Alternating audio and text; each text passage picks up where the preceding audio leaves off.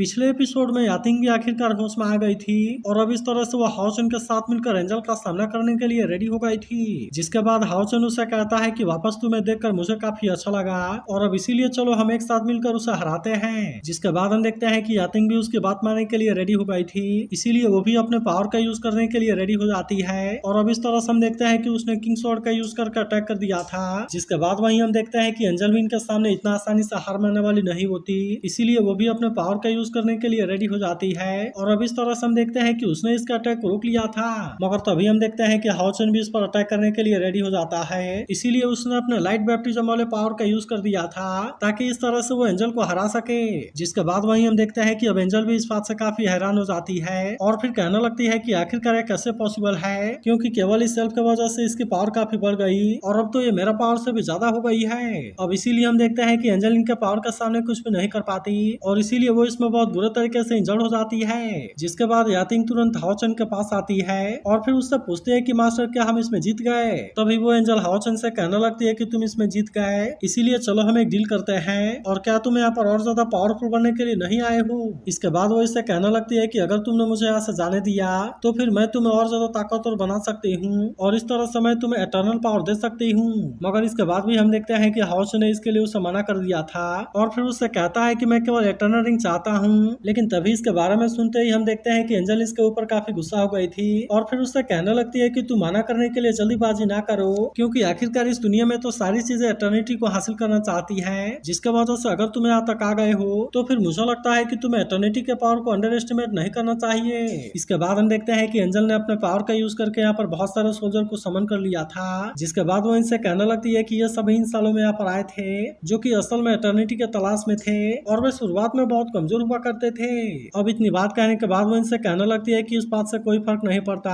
क्योंकि जैसे ही मैंने उनको एटर्निटी का सुपर पावर दे दिया तब इसके वजह से वे सभी बहुत ही ज्यादा पावरफुल हो गए हैं। अब इतनी बात कहने के बाद वो इनसे कहने लगती है कि चलो मैं तुम्हें इसके बारे में फील कराती हूँ कि आखिरकार ये कितना पावरफुल है। इसके बाद हम देखते हैं कि एंजल इसमें कोई देर नहीं करती और अब इस तरह से वो अपने पपेट का यूज करके अटैक करती है। मगर इसके बाद भी हम देखते हैं कि हाओचन और यातिंग इनके सामने इतना आसानी से हार मानने वाले नहीं होते, इसीलिए वे किसी तरह से अपनी जान बचाकर भागने लगते हैं और इसी के साथ साथ वे अपने पावर का यूज करके इनको मार भी रहे होते हैं। तभी इसी बीच हम देखते हैं कि हाओचन और यातिंग इनको आपस में टकरवा देते हैं। जिसके बाद हम देखते हैं कि वे पपेट इस बात से काफी गुस्सा हो गए थे और इसीलिए वे फिर से इनका पीछा करना शुरू कर देते हैं। जिसके बाद वहीं हम देखते हैं कि यातिंग इस बात से काफी परेशान हो गई थी और फिर कहने लगती है कि ये तो बहुत ही ज्यादा पावरफुल है और इसीलिए ऐसा कैसे हो सकता है कि वे इतने ज्यादा पावरफुल हो। तब इस पर हाओचन भी कहने लगता है कि केवल उतना ही नहीं बल्कि इनमें से हर किसी के पास में इतनी ताकत है जिसके वजह से मुझे तो लगता है कि ये मुझसे भी ज्यादा पावरफुल है। जिसके बाद वहीं हम देखते हैं कि यातिंग और ज्यादा परेशान होने लगती है और फिर कहने लगती है कि क्या हम यहाँ पर फंस गए। मगर इसके बाद भी हम देखते हैं कि हाओचन इतना आसानी से हार मानने वाला नहीं होता, इसीलिए वो फिर से इनका सामना करना शुरू कर देता है और फिर कहने लगता है कि क्या एटर्नल सच में इतना ज्यादा पावरफुल है। फिर वो कहने लगता है कि इन सब फाइट करने का कोई भी मतलब नहीं बनता, क्योंकि इसके वजह से केवल हमारा पावर कंज्यूम होगा और अगर ऐसा हो गया तो हम यहाँ पर कुछ भी नहीं कर पाएंगे। अब इसीलिए वो यातिंग से कहता है कि हमारा गोल तो एंजल है और इसीलिए हमारा फोकस उसी पर होना चाहिए। इसके बाद वो यातिंग से कहता है कि तुम इनको रोकने के लिए कोशिश करो और तब तक मैं इस एंजल को देखता हूँ। जिसके बाद वहीं हम देखते हैं कि यातिंग तुरंत इसकी बात मानने के लिए रेडी हो जाती है, इसीलिए हम देखते हैं कि उसने फिर से अपने किंग स्वॉर्ड वाले पावर को एक्टिवेट कर लिया था और फिर हम देखते हैं कि वो स्वॉर्ड स्टार रेन वाले पावर का यूज करके अटैक कर देती है। जिसके बाद इसके वजह से हम देखते हैं कि हाओचन को इसके लिए बहुत अच्छा चांस मिल गया था और अब इसीलिए वो सीधे एंजल की तरफ जाने लगता है। तब इसे देख एंजल कहने लगती है कि सच में तुम तो बहुत ही ज्यादा जिद्दी हो, लेकिन फिर भी मुझे इस बात से कोई फर्क नहीं पड़ता, क्योंकि उन्होंने अब तो बहुत ज्यादा डिले कर दिया है और अब इसीलिए मेरा म्यूजिक भी पहले से कंप्लीट हो गया है। इसके बाद हम देखते हैं कि उसने हाओचन के अटैक से अपने आप को बहुत आसानी से बचा लिया था और फिर कहती है कि चलो अब मैं तुम्हें गॉड की पावर दिखाती हूँ। जिसके बाद हम देखते हैं कि एंजल इसमें कोई देरी नहीं करती,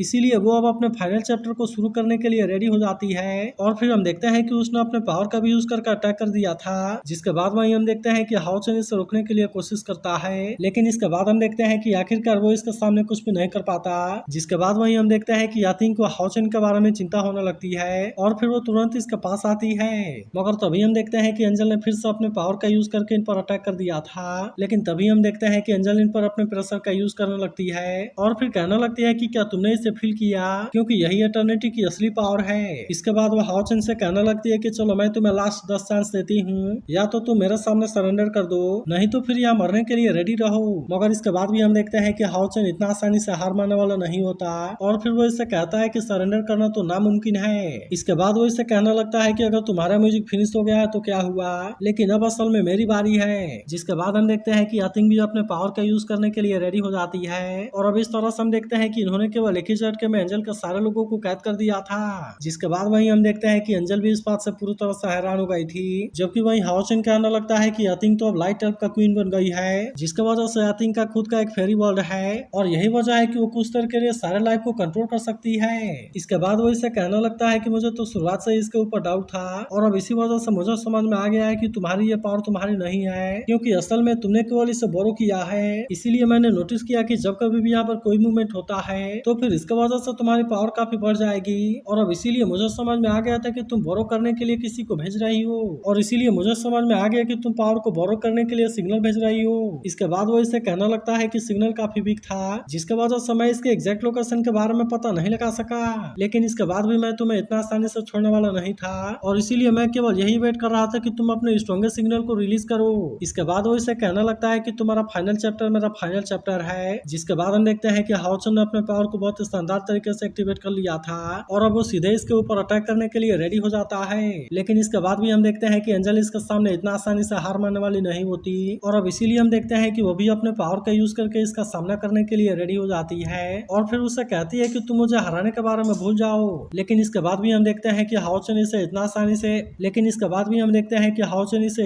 से छोड़ने वाला नहीं होता और फिर कहता है कि तुम जिस चीज से अपने पावर को बढ़ा रही हो वो असल में और कुछ नहीं बल्कि एटर्नल रिंग है। इसके बाद हम देखते हैं कि हाओ चेन ने सीधे आकर इसके ऊपर अटैक कर दिया था। जिसके बाद हम देखते हैं कि एंजल भी आखिरकार इसके सामने कुछ भी नहीं कर पाती और फिर हम देखते हैं कि एटर्नल रिंग सामने आ गया था। जिसके बाद हम देखते हैं कि वो आज हाओ चेन को कांग्रेचुलेट करता है और फिर उससे कहता है कि तुमने टेस्ट के सेकंड सीक्रेट को खोज लिया, लेकिन अभी अगला स्टेप इतना आसान नहीं होगा। जिसके बाद वहीं एंजल कहने लगती है कि मैं तो पहले से एटर्नल रिंग के साथ में मर चुका हूँ, इसीलिए अगर तुमने मुझे मारने के लिए कोशिश किया तो एटर्नल रिंग भी डिस्ट्रॉय हो जाएगा और जब तक मैं जिंदा हूँ मैं तुम्हें एटर्नल रिंग को हासिल नहीं करने दूंगी। जिसके बाद वो आवाज हाओ चेन से कहता है कि तुम तो अभी और ज्यादा डिफिकल्ट सिचुएशन का सामना करने वाले हो। तो अगर एक्सप्लेनेशन अच्छा लगा हो तो इस वीडियो को लाइक और इस पर एक कमेंट जरूर कर देना और अगर आप इसके अगले एपिसोड के लिए एक्साइटेड हो तो इसके बारे में भी जरूर बताना।